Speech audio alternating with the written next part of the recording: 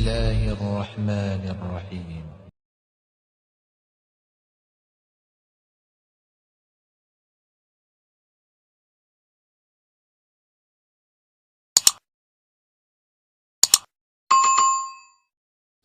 السلام علیکم ورحمۃ اللہ وبرکاتہ۔ بسم اللہ الرحمن الرحیم، نحمدہ ونصلی علی رسولہ الکریم، اما بعد۔ محترم ناظرین و سامعین، ایک اہم عنوان پر ایک طویل بیان ہے جسے مختلف حصوں میں تقسیم کیا گیا ہے۔ پہلا حصہ ہم نے سماعت کیا۔ عنوان یہ تھا کہ رمضان المبارک کو اللہ تعالیٰ نے کیوں مشروع فرمایا ہے، وہ کیا میسیجز اور کیا پیغامات ہیں جو رمضان المبارک کے پاکیزہ مہینے میں بندوں تک اللہ رب العزت پہنچانا چاہتے ہیں۔ رمضان المبارک تربیت اور گرومنگ کا مہینہ ہے، تو وہ کون سے پہلو ہیں جن کی تربیت اور گرومنگ مقصود ہے؟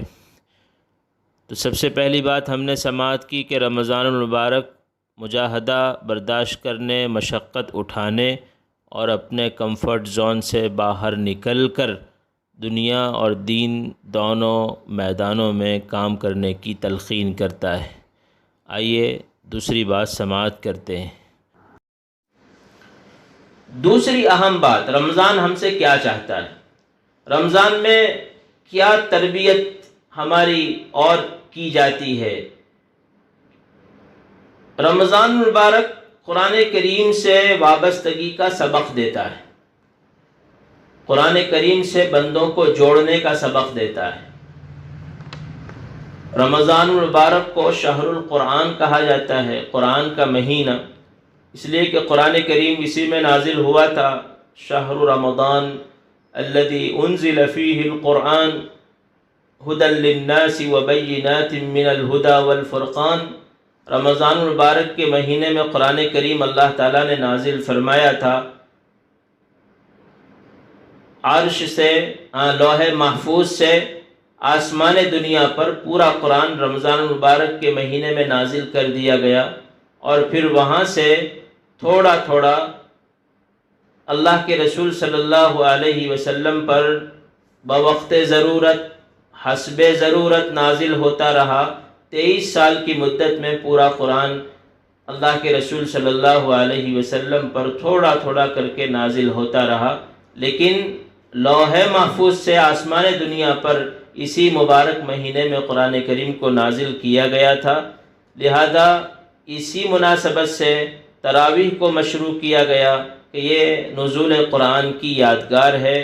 اعتکاف آدمی کرتا ہے آخری عشرے میں، اس کا مقصد بھی یہی ہوتا ہے کہ نزول قرآن کی جو شب ہے، شب قدر، اس کے بارے میں اللہ رب العزت نے فرمایا انا انزلناہ فی لیلۃ القدر، کہ قرآن کریم رمضان مبارک میں اور رمضان مبارک کی شب قدر میں نازل کیا گیا۔ تو آدمی کے اعتکاف کرنے کا مقصد بھی یہی ہوتا ہے کہ نزول قرآن کی شب، جس شب میں قرآن کریم نازل ہوا تھا، اس شب کو آدمی پالے اور اس میں عبادت کرے۔ پھر رمضان کے بعد جب عید الفطر آتی ہے تو عید الفطر بھی اسی نزول قرآن کا جشن عام ہوتا ہے۔ تو قرآن کریم سے وابستہ کرنے کا مزاج بنایا گیا امت کا۔ امت تراویح میں قرآن کریم سنتی ہے اور دن بھر رات کے مختلف اوقات میں قرآن کریم سے وابستہ رہتی ہے اور قرآن کریم کی تلاوت کرتی ہے۔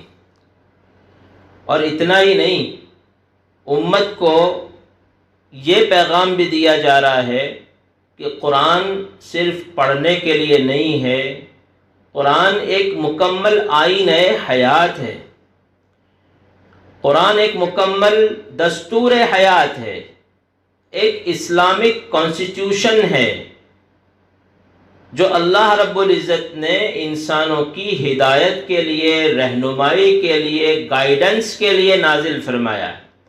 انسانوں کو گائیڈ کرنے کے لیے اللہ رب العزت نے اسے نازل فرمایا ہے، اور اسی کو کہا گیا شہر رمضان الذی انزل فیہ القرآن ہدی للناس وبینات من الہدی والفرقان، انسانوں کی رہنمائی کے لیے اسے نازل کیا گیا ہے۔ جب یہ انسانوں کی ہماری رہنمائی کے لیے ہے تو ہمارا فریضہ یہ بنتا ہے کہ ہم قرآن کریم کو پڑھیں اور قرآن کریم کو سمجھیں۔ ہم عمر کے اس مرحلے میں ہیں کہ قرآن کریم کو عربی زبان میں جو نازل ہوا ہے ڈائریکٹ اور سیدھا نہیں پڑھ سکتے، تو ہم قرآن کریم کا ترجمہ پڑھیں، اس کی تفسیر پڑھیں، قرآن کریم کے مضامین اور اس کے مواد کو سمجھنے کی کوشش کریں۔ اور ہم یہ کوشش کریں، رمضان مبارک کے مہینے میں ماشاءاللہ اہتمام ہوتا ہے کہ تفسیر قرآن، درس حدیث کی یہ نشستیں منعقد ہوتی ہیں، بابرکت نورانی محفلیں سجائی جاتی ہیں۔ رمضان المبارک کے علاوہ بھی ہم اس بات کا اہتمام کریں کہ کم از کم ہفتے میں ایک مرتبہ ہر مسجد میں ایک وقت ایسا ہو کہ جس میں درس قرآن ہو، ایک وقت ایسا ہو جس میں درس حدیث ہو، تاکہ ہم قرآن کو سیدھا سمجھ سکیں اور حدیث پاک کو ہم سیدھا سمجھ سکیں۔ ہم اپنے بچوں کو قرآن پڑھائیں۔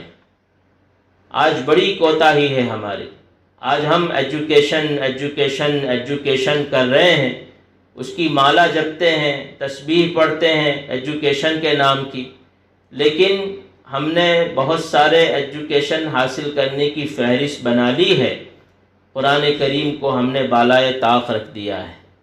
بچوں کو پڑھانا ہے یہ سب سوچ رہے ہیں، بچوں کو پڑھانا ہے یہ سب سوچ رہے ہیں، قرآن پڑھانا ہے مگر یہ نہیں سوچا۔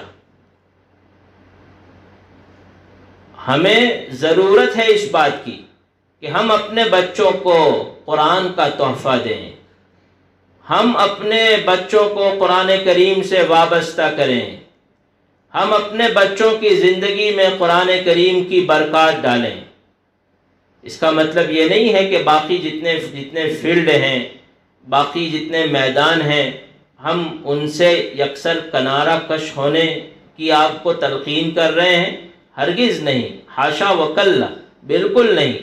ہم اپنے معاشرے اور اپنے گھر کے بچوں میں کچھ کو قرآن کے لیے وقف کریں، جو صرف زیادہ تر دینی تعلیم کو حاصل کریں، قرآن کریم کی روح کو سمجھیں، احادیث کریمہ کی گہرائی میں اتریں، قرآن اور حدیث کی خدمت کریں، اللہ کے دین کے علم بردار بنیں۔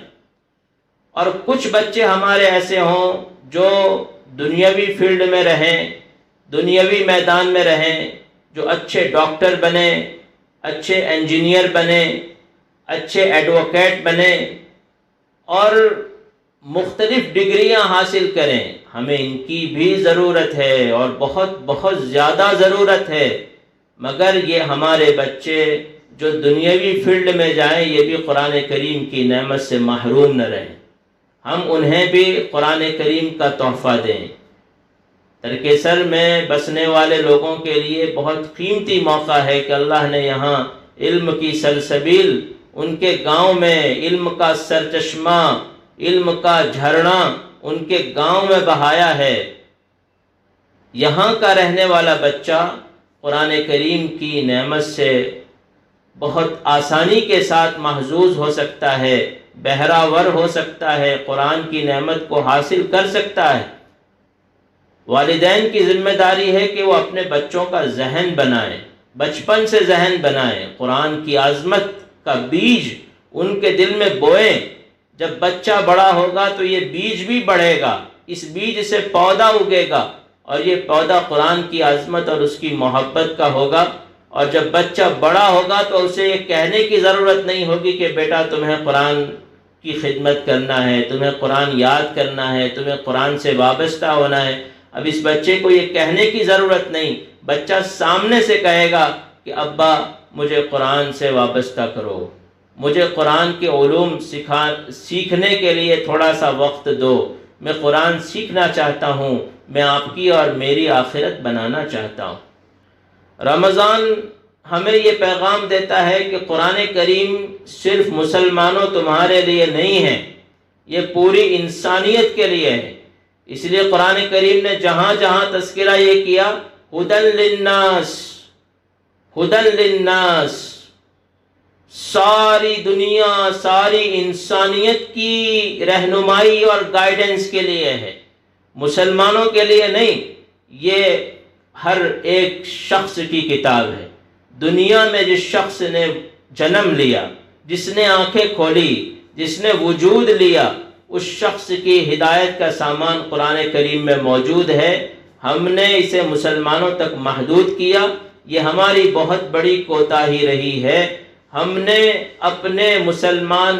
اپنے غیر مسلم بھائیوں تک جو اس نعمت قرآن کے اتنے ہی حقدار ہیں جتنے ہم حقدار ہیں، یہ نعمت قرآن پہنچانے کی اب تک کوئی سنجیدہ کوشش نہیں کی۔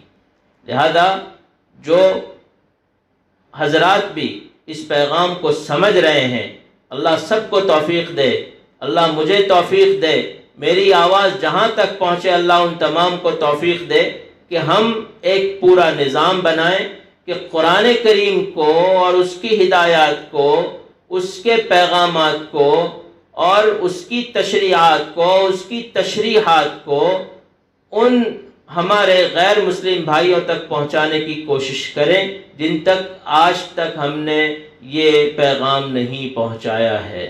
اللہ تعالی ہمیں یہ پیغام حاصل کرنے کی توفیق عطا فرمائے۔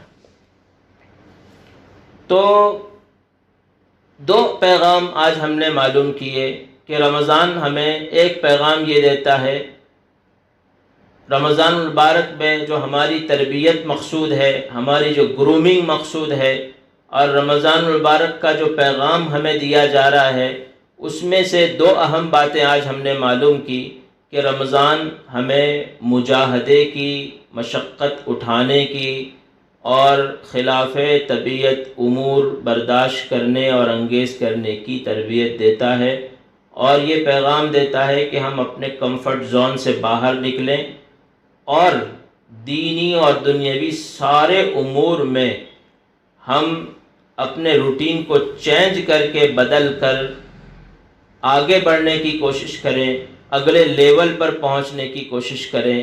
یہ بہت بڑا پیغام پہلا رمضان المبارک ہمیں دیتا ہے۔ دوسرا پیغام قرآن مجید سے وابستگی کا سبق دیتا ہے رمضان المبارک ہمیں کہ ہم قرآن کریم سے خود وابستہ رہیں، اپنے بچوں کو وابستہ کریں، اپنی نسلوں کو قرآن کریم کا تحفہ دیں اور قرآن کریم کو ایک آئین حیات سمجھیں، اور قرآن کریم پوری انسانیت کے لیے امانت خداوندی ہے۔ اس امانت کو ہم پوری انسانیت تک پہنچانے کی فکر کریں۔ اللہ تعالی ہمارے روزوں کو قبول فرمائے، ہماری تراویح کو قبول فرمائے، رمضان میں کی ہوئی ہر عبادت کو قبول فرمائے، مزید کی خوب توفیق عطا فرمائے، اور جس کی جتنی ضرورتیں ہیں، جائز تمنائیں ہیں، تقاضے ہیں، اللہ تعالیٰ اپنے خزانہ غیب سے ہر ایک کی جائز تمناؤں کو، ہر ایک کے تقاضوں کو، ہر ایک کی ضرورتوں کو پورا فرمائے، اور عالمی سطح پر پوری امت مسلمہ کو اللہ تعالیٰ عافیت، امن، چین، سکون، صحت سے نوازے۔ وآخر دعوانا الحمدللہ رب العالمین۔